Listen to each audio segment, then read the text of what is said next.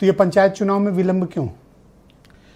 ब्रजेश भाई कहते हैं ना कि किस किस को सुनाए ये पंचायत के चुनाव का सबब हम, तो मुझसे खफा है तो जमाने के लिए बता कि कब होंगे चुनाव। तो आप हमसे खफा रहिए लेकिन जमाने को तो बता दीजिए।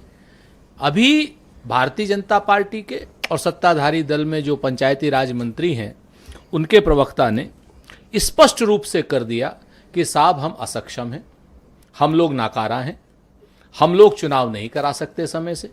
आदरणीय अरुण राजभर जी बड़े अच्छे प्रवक्ता हैं, उनका मई के बाद ही होंगे, मई से पहले नहीं हो सकते।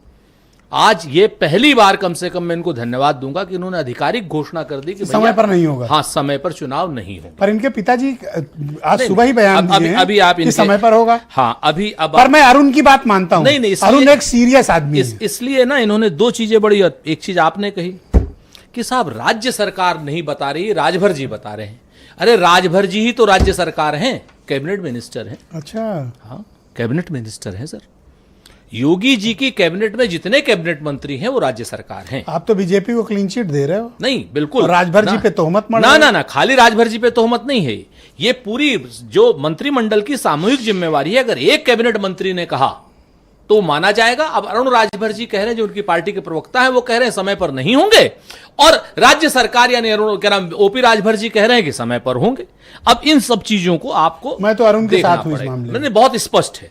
अब आप आ जाइए, देखिए है क्या दिक्कतें, क्यों नहीं करा रहे? हाँ, दिक्कतें बड़ी बड़ी हैं। मनरेगा का नाम चेंज कर दिए, मनरेगा में कह दिया भाई 40% जो है अभी ऐसा है कि अब राज्य सरकार दिया करेगी तब मनरेगा चलेगा। अब तो GRAMGI हो गया आज की डेट में, वो काम नहीं होना। पंचायतों के हाथ बंद गए हैं क्योंकि डीएम और एसपी, डीएम और सीएम जो है वो योजनाएं बनाएंगे। अब तक योजनाएं जो है गांव में बनती थी। रोकने का प्रयास किया। 2 मिनट आप अरुण जी, मैं आपके बीच में नहीं बोला। अरे उनको फ्रेम में ले लिया तो उनको कंफ्यूजन हो गया ना। सिर्फ सुरेंद्र जी को रखो। अरे अरुण, पहला राउंड है भाई, पहला राउंड है, आप सम्मान का ध्यान रखो। हो जाएगा कोई अफवाह फैलाएंगे जनता को। नहीं, अरुण जी प्लीज, शांत रहेंगे। अरुण जी प्लीज। दूसरा, अब ये तो मानसिक दिवालियापन है। आप सर बोलो सर।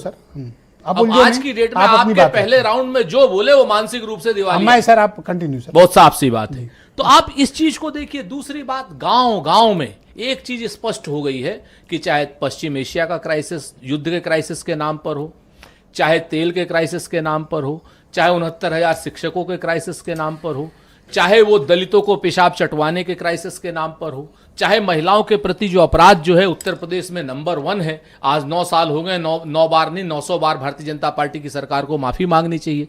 इन सारी चीजों में लोग डर गए हैं कि अभी अगर हमारी पोल खुल गई तो विधानसभा के चुनाव में हम कहीं के नहीं रहेंगे, भगदड़ मच जाएगी भारतीय जनता पार्टी। कराएंगे भी चुनाव या नहीं?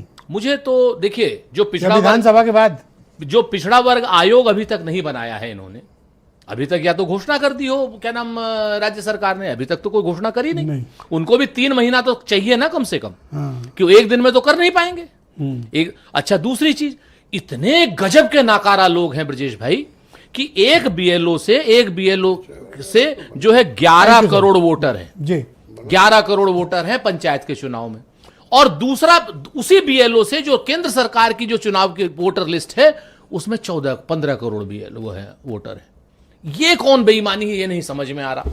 अब यहीं पर भारतीय जनता पार्टी का, ज्ञानेश जी का और ये सारे के सारे लोगों का जो चक्रम है, जो मायावी वो दिक्कत कर रहा है। तो यहां पर ये लोग अपनी बेईमानियां छुपाने के लिए चुनाव नहीं कराएंगे, ऐसा हमें लगता है। मैं अनिल दुबे जी को इस कार्यक्रम में आमंत्रित करता हूं।